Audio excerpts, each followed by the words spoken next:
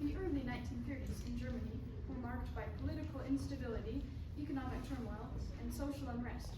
Due to the Great Depression and aftermath of World War I, poverty and unemployment were high. Living conditions were terrible.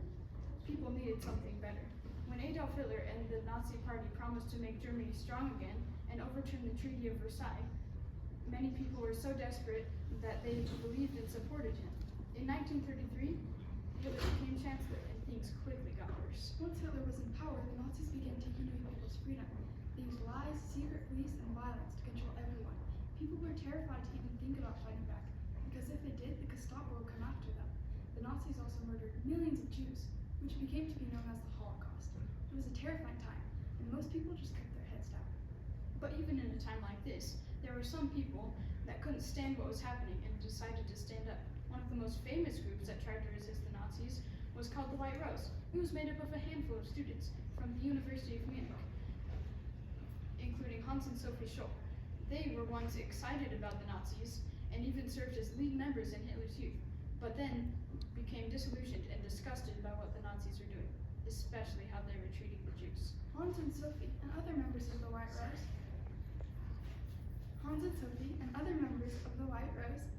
decided that they would take upon the responsibility to protect human rights.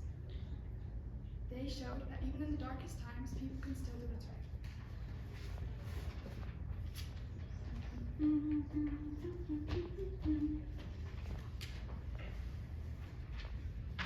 Hi Hans, you look happy today. I get to be the flag bearer at the Reich Party rally in Nuremberg. I can't wait. Lucky, I wish I could go. At least I have something to look forward to. The League of German Girls is going camping, and I get to be youth leader. Oh, make sure you don't tell Dad. You know how much it bothers him that we're in Hitler's youth at all. He thinks Adolf Hitler's the scourge of God. But we wouldn't have any friends if we were in Hitler's youth, and I don't want to be left out and made fun of like some of my Jewish friends. This discrimination against Jews is something I just can't swallow. But Dad's got to understand that we wouldn't have any friends if we weren't in the Hitler's youth. I agree. Well, see you later. Cheers.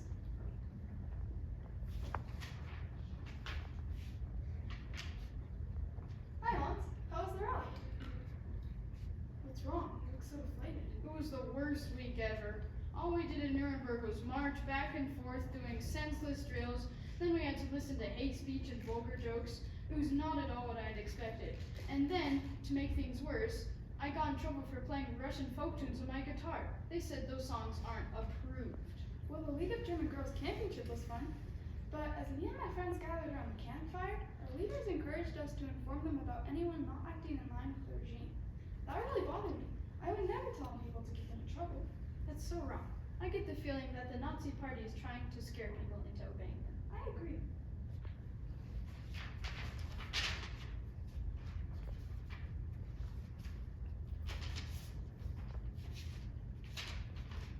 What is it, Hans?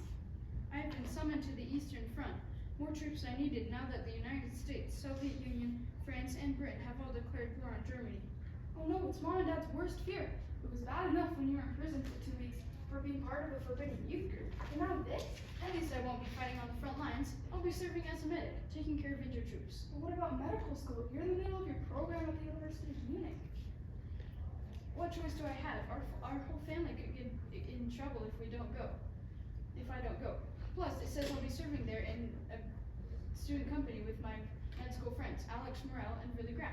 We'll return to medical school in November. Oh, I'll be there in the fall too. So we'll be there together. Well, I'll see you then. In the meantime, take good care of Mom and Dad. And be strong, Sophie. You know, inner strength is our most powerful weapon.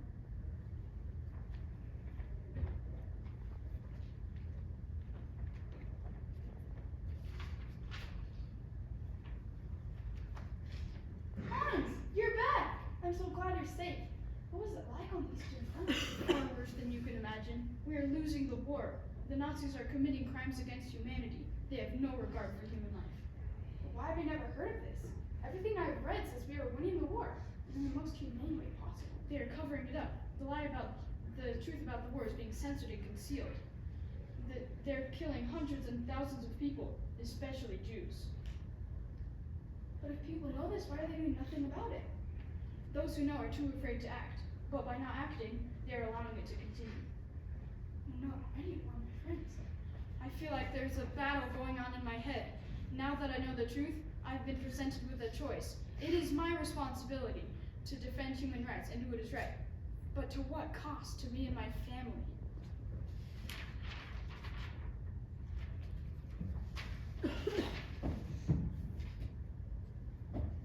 Hi, Aunt. What's this? Oh, nothing. Just some red letters. Isn't it true that every honest German is ashamed of his government these days? Who among us has any conception of the dimensions of shame that will befall us and our children when one day the veil is fallen from our eyes and the most horrible of crimes, crimes that indefinitely outdistance every human measure, reach the light of day? So it's you! You've been behind these leaflets people are finding all over town. Okay, I wrote it. Alex helped me. We just couldn't bear to watch what was happening and do nothing about it. So we printed and distributed thousands of these leaflets in Munich and other cities. Why didn't you tell me? I didn't want you to get hurt. It's dangerous work. Well, an end to terror is preferable to terror without end. Please, let me help you. Okay, but please tell me you'll be careful. I will. No one will suspect me because I'm just a young girl. Okay, let's go.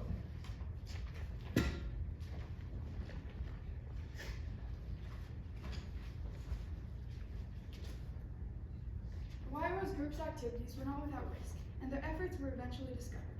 On February 18, 1943, a janitor reported them to the Gestapo, and they were interrogated, tried before the Nazis' people court, and sentenced to death the very same day. After they were executed, one of their leaflets was secretly smuggled out of Germany to the UK. And in the summer of 1943, Allied planes dropped 1 million copies of that leaflet all over Germany and other cities. Called the Manifesto of the Students of Munich. And the White Rose's defiant words rained down over the war-torn nation, inspiring resistance to tyranny and more courage to do what's right. Despite their tragic end, the White Rose movement has come to symbolize individual responsibility for what's right and defending human rights, even when it's hard. Thank you.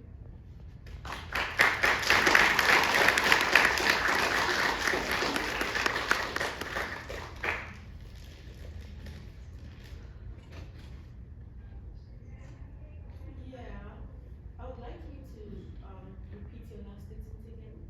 The last what? The last statement you just made. Despite their tragic end, the White Rose movement has come to symbolize individual responsibility for standing up for what's right and defending human rights, even when it's hard. Okay, alright. I get it now. Because I wasn't so sure what you said. Okay, so tell us, how does this performance align with the annual theme for this year? So we thought that, like as our thesis statement says, the White Rose took upon themselves the responsibility to do what's right, even when it's hard. So how does they take it upon themselves to do what is right align with the theme for the year, which is rights and responsibilities? The Hans and Sophie Scholl took the responsibility to protect those human rights, even when it was really hard. Okay. That's it. Any more questions? How did you choose this topic for this theme? What was your process in deciding that this is what we would do this year? So we went through quite a few. We first looked at Abraham Lincoln, a lot. But then we thought that we're siblings, and Hans and Sophie Scholl were siblings, and I didn't want to play a word for this. yeah, so we decided to do this one. What was one of the most surprising or interesting things that you found out in your research? Probably that probably because Hans and Sophie Scholl were members of the White Rose, Of the Hitler Youth. the Hitler Youth, but then they soon turned against them and went the opposite direction. We thought that was cool. Yeah. Can you tell me the ways White Rose used to defy Nazis oppression? Like what method have they used? They mostly distributed leaflets, but Also, it was really hard to get stamps back then and get paper because they were all limited, but they got thousands of those leaflets and distributed them all across Munich. They also got a ton of tar and did graffiti, all like down with Hitler, mass murder Hitler, freedom, and stuff like all that. over the University of Munich. And did your performance demonstrate skills showing that? Not this time, but we thought that was interesting.